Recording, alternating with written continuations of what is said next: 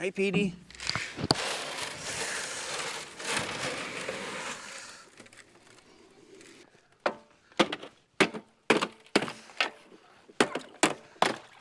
Hey guys, I'm Evan. Welcome to Country View Acres.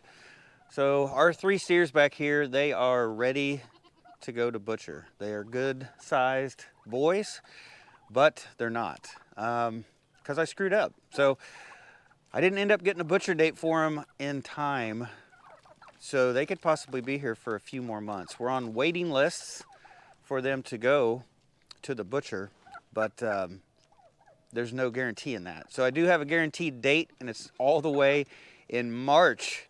So we could have them for another 4 months, 4 to 5 months. So I need to go check the feed because I think we're gonna run out. So now that being said, I could get a call anytime and the steers could go to the butcher.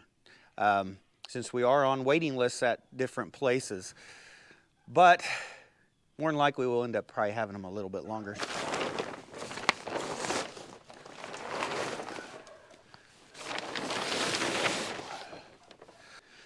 Well, there's more feed in here than I thought there was. So I think we're down to the sheet metal down here in the bottom, but it is piled up a little bit here on the sides. I thought we were gonna run out like in the next week, but I think we got a little bit more than that, but not enough to last till March. So I'm gonna go ahead and push the feed down to the door using the rake and try to get it to where it feeds through easier. I think it'll be easier for us to judge how much feed we actually have left.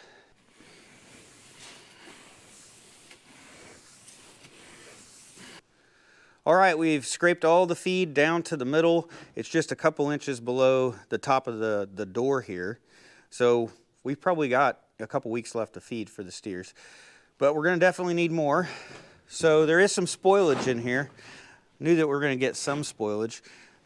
So it's scraped right off the metal right there, looks good. Now on this side, it's stuck to the metal with spoiled feed, and it's even stuck to the side right here with spoiled feed.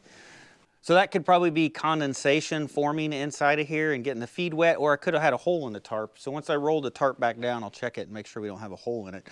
Now when I was scraping the feed down, I used like the flat side of the rake to scrape it down. I didn't want to dig into that spoiled feed and move it down. So I think it'll stay in place until we feed out this wagon, and then we can clean it all up later. So I'm gonna guess that's probably less than a 5-gallon bucket worth of spoiled feed. And we knew that we were gonna get some spoiled feed, but we wanna do what we can to improve it. And I think being in the barn here out of the weather will at least improve any chances of rain or weather blowing in there. But I think you still can have condensation problem, and that may be what this is. So I'm gonna guess that's probably somewhere between 250, 300 pounds worth of feed. And we're feeding the steers, you know, probably 25, 30 pounds of feed a day. So that means we got like 8 to 10 days left on feed. So definitely gonna have to end up buying some. Probably won't buy it in bulk this time as in loose feed and put it in the gravity wagon. I'll probably buy bagged feed in case they do go to the butcher. I can just store the bags till next year instead of storing it in this gravity wagon for a whole year.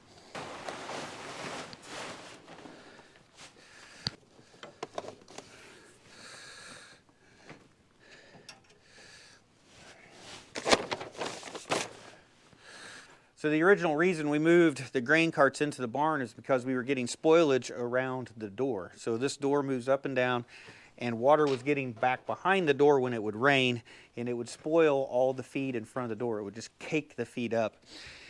And we moved them inside of here, and that solved that problem, getting it out of the weather. Now I know a lot of people thought maybe we could build like a little roof over the top of this to prevent it from getting water in there. You really can't seal around it because it's a moving door.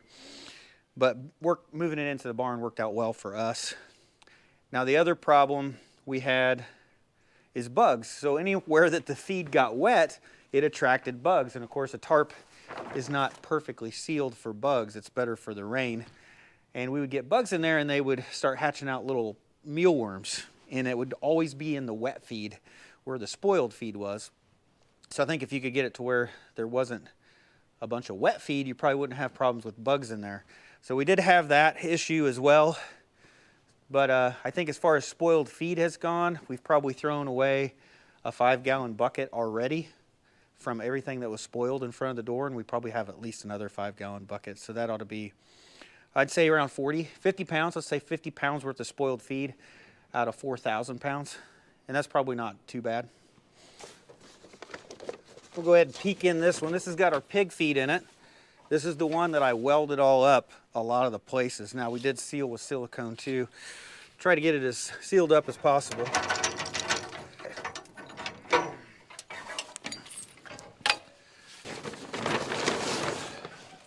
All right, let me show you what it looks like inside of here. There's way more feed, but you can see the spoilage around the door. So this gravity wagon we did build a wooden roof on, and you can see that it is full of feed. There is a lot of feed in here, and more than what we're probably going to use. So I think I got extra pig feed, not enough steer feed. But you can see the spoilage around the door. You can see it stuck on right there. It's actually spoilage going all the way up that corner. So it makes me wonder if it's more than just the door that was leaking. But after we got it out of the rain, everything in here has been just fine. So I realized that this is not intended to store feed in. It's a grain wagon. You're supposed to put grain in it from the field, haul it back, and put it in the silo. It's not meant for storing, it's meant for hauling. But this is a cheap alternative. We're trying to modify it so that we can store grain in it with minimum spoilage. That's the goal. So when you can pick one of these up for $500, I think I can store close to 3 tons of feed in here. That is way cheaper than trying to find a used grain bin, feed bin to do that in. You're probably going to spend at least $1,000 on a used feed bin, and a lot of times they are rusted and very compromised by the time somebody wants to get rid of them. And a brand new one, like a 3-ton brand new grain bin, I think you're looking close to $5,000 for one. So it's an alternative to buying bulk feed and being able to store it. So we haven't had any raccoons or any mice or rats or anything that we can think of like that. No animals have we seen get in the feed, only some bugs. Now, of course, that's gonna vary by your location, I am sure, but we've never had rats. I know I always get questioned about rats. We've never had rats. Now we have mice, but the chickens, the cats seem to take care of them. So we don't see many of those either.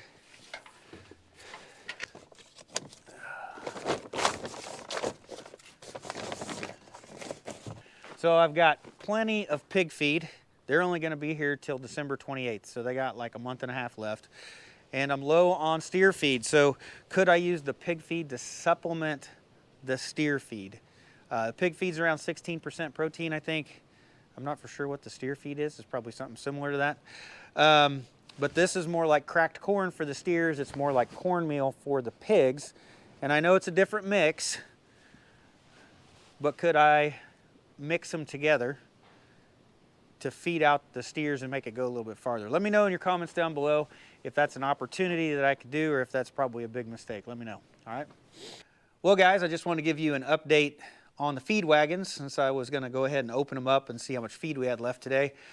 I definitely think that the best thing I did was get them out of the weather and get them in the barn, or else we would have had a lot more spoilage. So, you know, I'm guessing probably 50 pounds worth of spoilage that we'll have in each wagon. Maybe even if it's 100 out of 4,000 pounds, that's probably not terrible. And that probably would have been a lot less if it wouldn't have been out in the weather for the first month. But yeah, I think if you're going to do this, your best bet's going to get them out of the weather. You'll probably have a lot less spoilage. But I think that's going to be it for today's video. I've got a big welding project going on in the barn that I've been working on for several days, and I need to see if I can get that finished up. Making a new tractor implement. I'm hoping it's going to work out for me. So that's it for today's video, guys. So thanks for watching. I'll see you in the next one. So one more thing, I will try to post some pictures of the tractor implement that I'm welding together that I've been working on this last week. I'm going to try to put some pictures on Instagram and Facebook. So I post extra photographs on there of stuff that we're doing around the homestead, or photographs of videos, kind of like a preview of the videos before they come out. So if you want to see extra photographs from stuff that's happening around the homestead, check us out on Instagram or Facebook to see those photos. But that's it, guys. Thanks for watching. And you wanting to be aggressive with me? Hmm? Are you wanting to be aggressive? You grew up with a bunch of boys fighting, didn't you? Our last turkey didn't. He was nice.